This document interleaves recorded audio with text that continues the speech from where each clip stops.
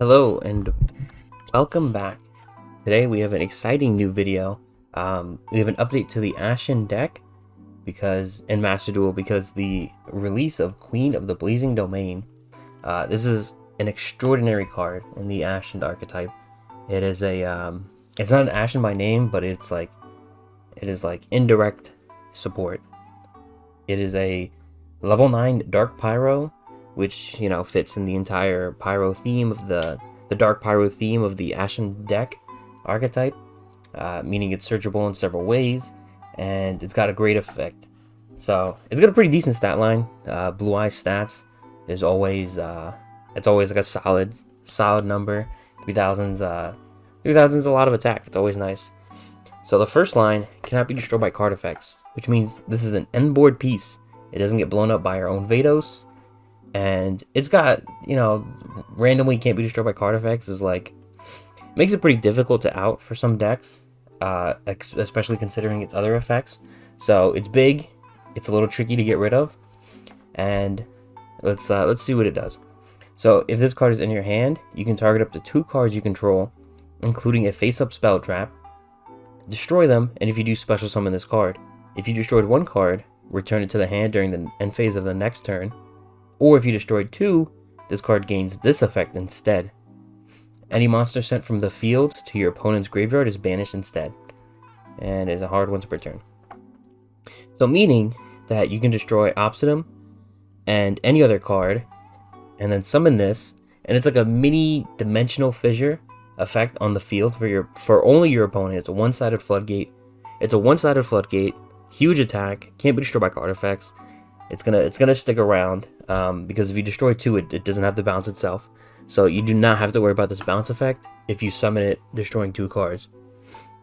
And it triggers Obsidian, which in some grind games is really good. If you don't want to give your opponent the Vados, if you want to go for a game, you destroy your Obsidian, you summon this out, you summon out a Priestess or whoever you need, and then you get things going, get the ball rolling. She's very good. She's an extraordinary end board piece. The reason why she's tricky for some decks to out is that they have to give up resources. Like, even if they just SP Little Knight it, they still have to give up a lot of resources. Any monster sent from the field is banished. So if they're playing like things that rely on the graveyard, things like Yummy, and I think some of the man with the mark. No, those are just spell traps. But things that rely on the graveyard. Like if you're going against like Dragon Link or something, and they have to link stuff away and get like floating or whatever recursion effects. Like they're not being sent to the graveyard. They're being banished, which is pretty damn annoying. Or if you're going against like Orcust or like White Forest, like those are like random decks I see like pretty often on Master Duel. Even though they're certainly not the best, it's a very, very, very annoying thing. On its own, it's not gonna win duels, but on top of like Vados wiping the board, and then they have so they have her on the field, and then you summon the big ass fusion, and then like he's hard to out, and now you have to deal with this on top of that, and then it's just like a nice. It's exactly what the deck needed. It's an extra end board piece. I was also lucky enough to get her in glossy. Sadly not royal, but we'll take it. I have so many glossy cards, but it's a great end board piece because it's gonna stick around because like I said, like it living through the Vados pop is so damn important, because that dark hole effect of Vados, it makes it tricky to mix this deck with stuff, because whatever you make with Vados, it's just gonna, whatever you make with your side archetype or whatever, side engine, Vados is just gonna destroy when you fuse them off. So it gets pretty tricky, but this doesn't, and it has like it is just a great lingering effect. It's also searchable through extinguishing the Ashen, because this is just a 5 or higher Dark Pyro, or 5 or higher Pyro, and you send the Dark Pyro. So this is a Dark Pyro that you can send, and it's 5 or higher, so you can add it to the hand. Same thing with Vados. It's the exact same level as Vados. Yeah, level attribute type and everything. So, you know, all these alternative ways that you can search for Vados, you can search for her as well. Chaotic Elements, Awakening of Vados, even Infernal Flame Banshee if need be. So the deck as a whole, like whether you're mixing it or playing it pure, it's so much stronger now. It's so much like in like a best of one Master Duel kind of format. This random little floodgate is just gonna like destroy some decks. You know, it's gonna destroy some decks if they don't have like the proper disruptions for it, or if it just happens to like really counter them. It's not gonna win you every duel. Like, you're not just gonna summon this and like floodgate every opponent and you know, like just constantly like blow people out. But in Master Duel, it's definitely gonna like in some duels they're gonna see it, they're gonna read it, they're gonna be like, oh well, I've lost too many resources, a random grind game. It's just not, they're just not gonna be able to do it. In TCG, she's like, you know, they can side stuff and side like imperms or whatever, droplets, and you know, deal with her with that. But in the current in the current Master Duel meta, she's pretty damn difficult to deal with for some decks. And the pure deck that I play, not much really changed. I wanted to keep it at 40, so I cut one talent. I threw her in. I still really like Thrust, especially in Master Duel, where there's so many like Molcharmies, Maxi, and all these things. So you can give your opponent the Vados. You can add anything. You can add this. You can try and draw two, see some extra stuff, or whatever the case may be. We have our other deck, as I was saying, the canine Ashen deck, which Queen like shines so much more in this deck than like the pure variant, because the canines just help summon her a lot simpler, and you can have some pretty tricky hands where ending on like a rank 5, and then like an Azuna in hand, and like Lupus ready for next turn, and then like a Queen on the field is like pretty damn solid. Maybe with like a hand trap or like a droplets or something. Like it's a pretty damn solid end board. Just because she doesn't really help the canine stuff. The canine stuff just leaves like extra stuff on the field. So you noble summon Lantern, and you add Case. In Case, you know, that attack gain's like really nice, but when you're going first, like it doesn't come up like at all. So like getting rid of it is like whatever, you know, it's perfectly fine. So Lantern and Case aren't exactly doing like a crazy amount for you. So you can just pop them and then summon her. And then as long as Zuna and Lupus are good, they're in rotation, you're getting your searches.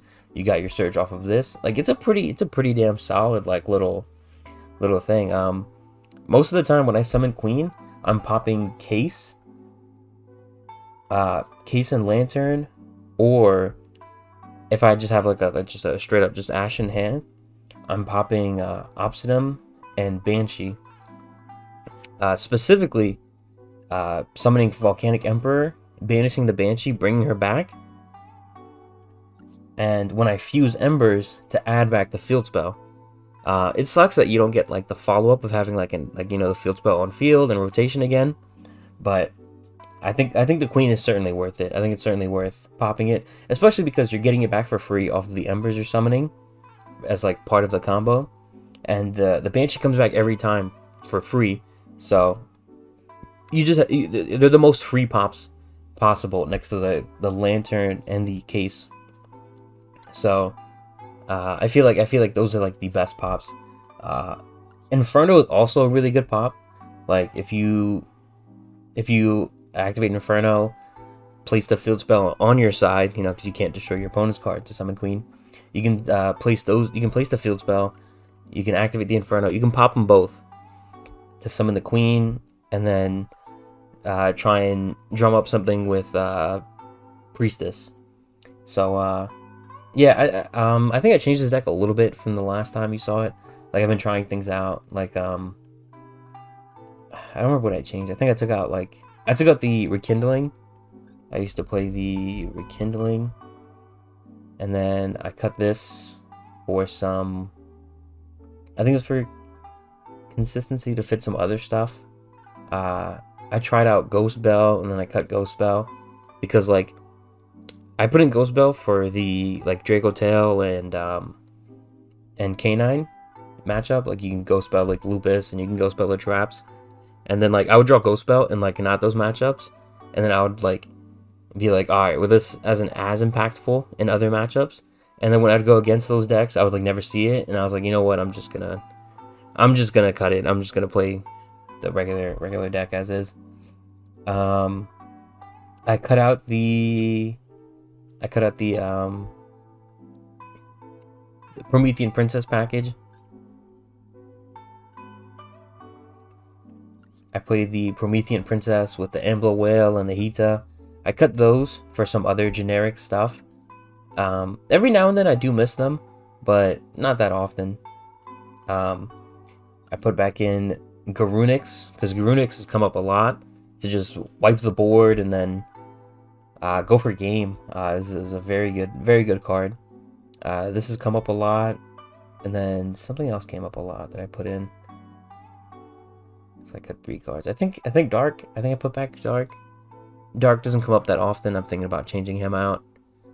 It's just unfortunate. He always, like, in theory, Dark, like the Charmers like always come up in theory, but like in practice they come up like once in a while. Like people talk about like Dark for like a long time. Like, oh, you can Dark, and you can summon out their I think it's Ame. The Mitsurugi monster.